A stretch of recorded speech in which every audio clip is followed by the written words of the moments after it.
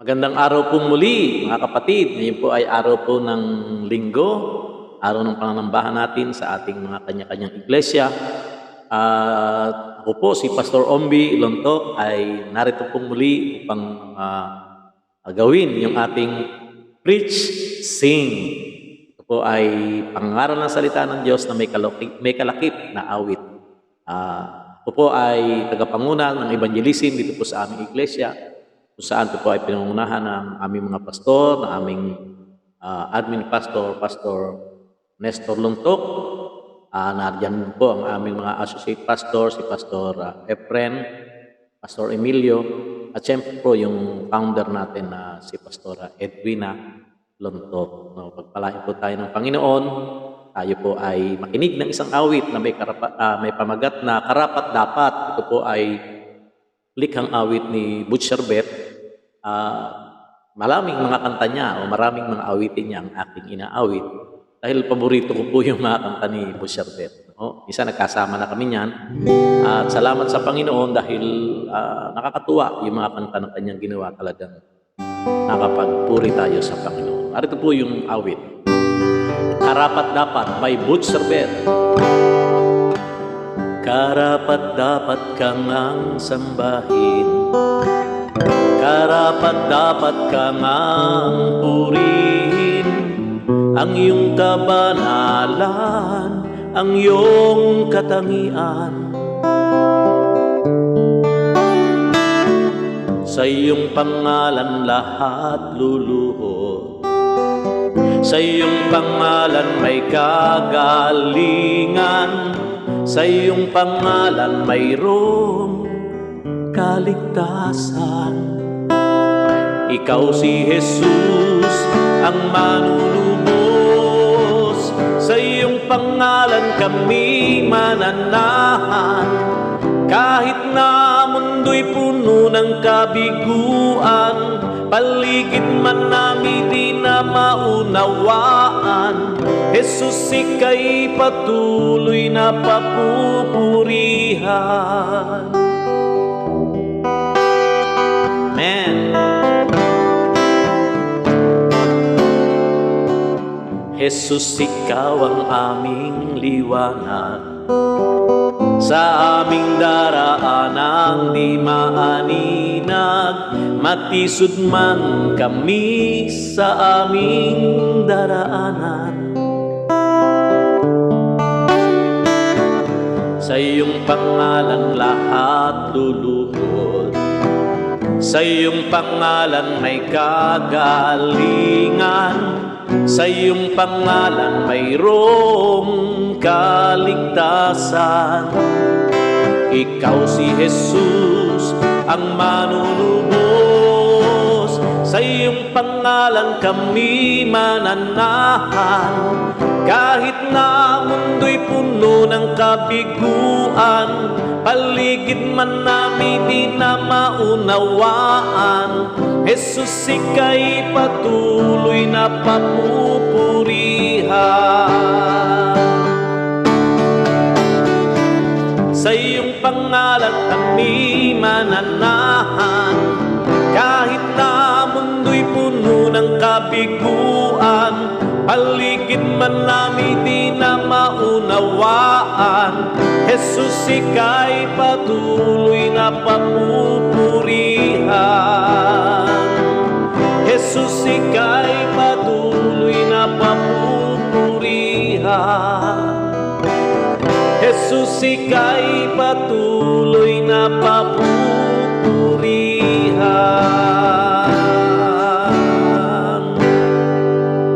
Karapat-dapat by Pastor Butch Sherbet ng Papuri. Yan, handang awit po yan na atin pong inawit ngayon po. Tayo po ay magninilay naman ng salita ng Panginoon. Ang pamagat po ng ating pag-aaralang mga salita ng Diyos ay ang salita ng Diyos ang gawin mong sandigan.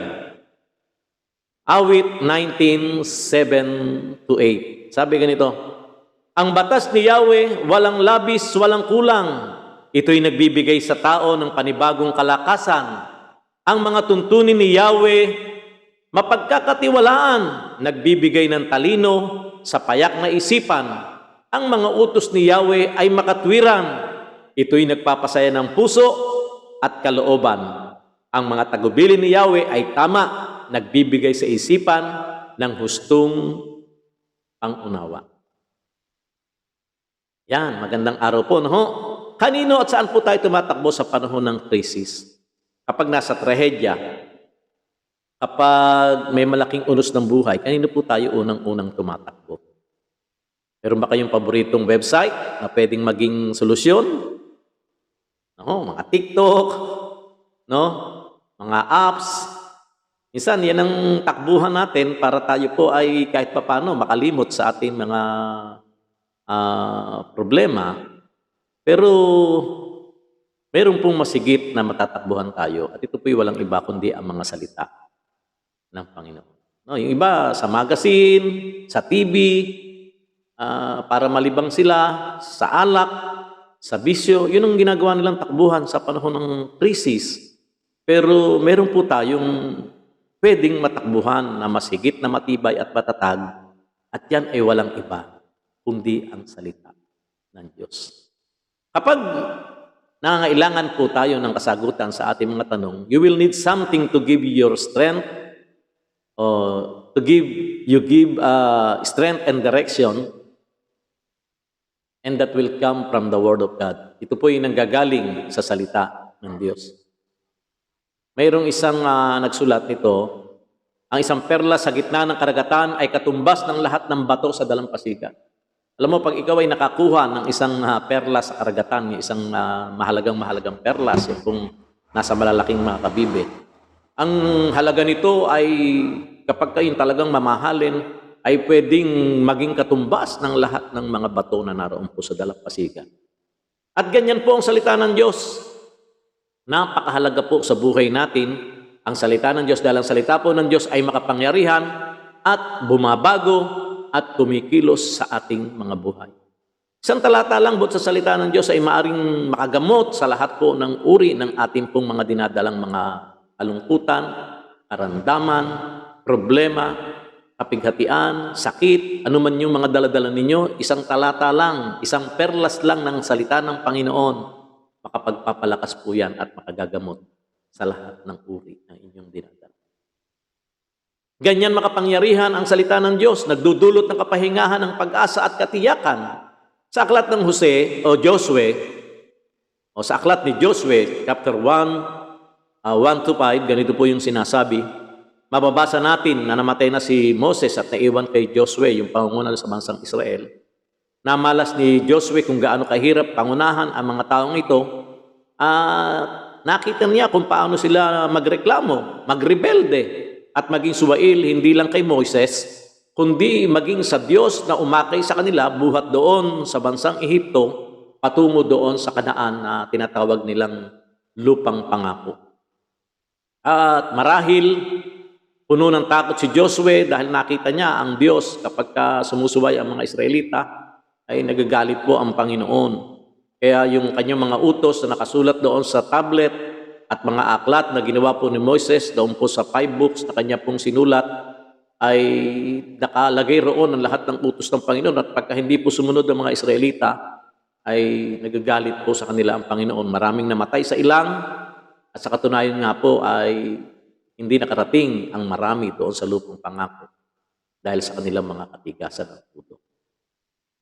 Sa mga talatang 6, 7-9 na aklat ni Josue, mababasa natin na 3 ulit na iniutos ng Diyos kay Josue ang maging malakas at matapang.